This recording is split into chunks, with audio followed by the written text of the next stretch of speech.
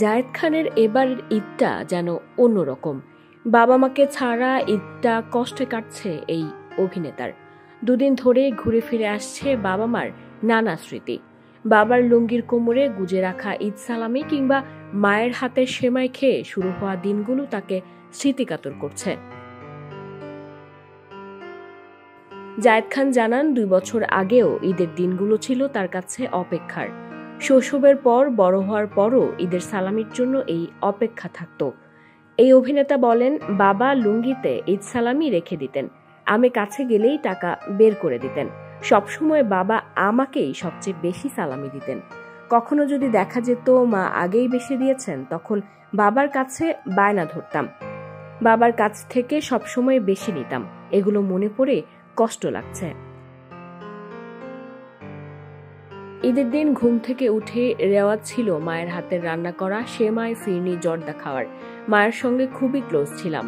সবসময় মায়ের সঙ্গে ঈদ করা হতো। দেখা যেত ঈদের সালামি নিয়ে মায়ের সঙ্গেও খুনসুটি করতাম। 2 বছর হলো মা নেই। এখন দেখা যায় ঈদের মধ্যে তেমন একটা বাইরে বের হওয়া হয় না, বাসায় আছি। গতকাল বাইরে বের হয়েছিলাম, বড় ভাইয়ের বাসায় গিয়েছিলাম। খুব বেশি বের হওয়া হচ্ছে না। ছোটদের সালামি দিতে হয়, বড়রা আমাকে সালামি দেন, যে কারণে বের হতে হয়েছিল। এবারের ঈদেও আগের মতোই সালামি পেয়েছেন। বড় ভাই, বোন, দুলাভাই ও অন্যান্যদের কাছ থেকে এখনো সালামি পান। কত টাকা সালামি পেয়েছেন জানতে চাইলে এই অভিনেতা বলেন, এটা তো বলা যাবে না। লাখ ছাড়িয়ে যাবে কিনা জানতে চাইলে তিনি বলেন, তা তো হবেই। 1 লাখ টাকার বেশি সালামি পেয়েছে।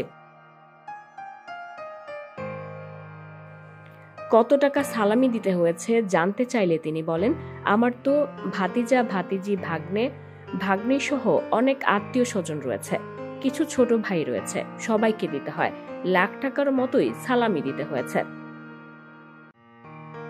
দীর্ঘদিন পর ঈদে মুক্তি পেয়েছে জায়েদ খানের অভিনীত সিনেমা সোনার চর। জাহিদ হোসেন পরিচালিত এই সিনেমায় উঠে এসেছে মুক্তিযুদ্ধের প্রেক্ষাপটের গল্প। সিনেমাটি নিয়ে আশাবাদী তিনি। বলেন, যারা সিনেমা দেখেছেন তাদের অনেকেই বলেছেন ভিন্ন এক জায়েদ খানকে দেখলাম।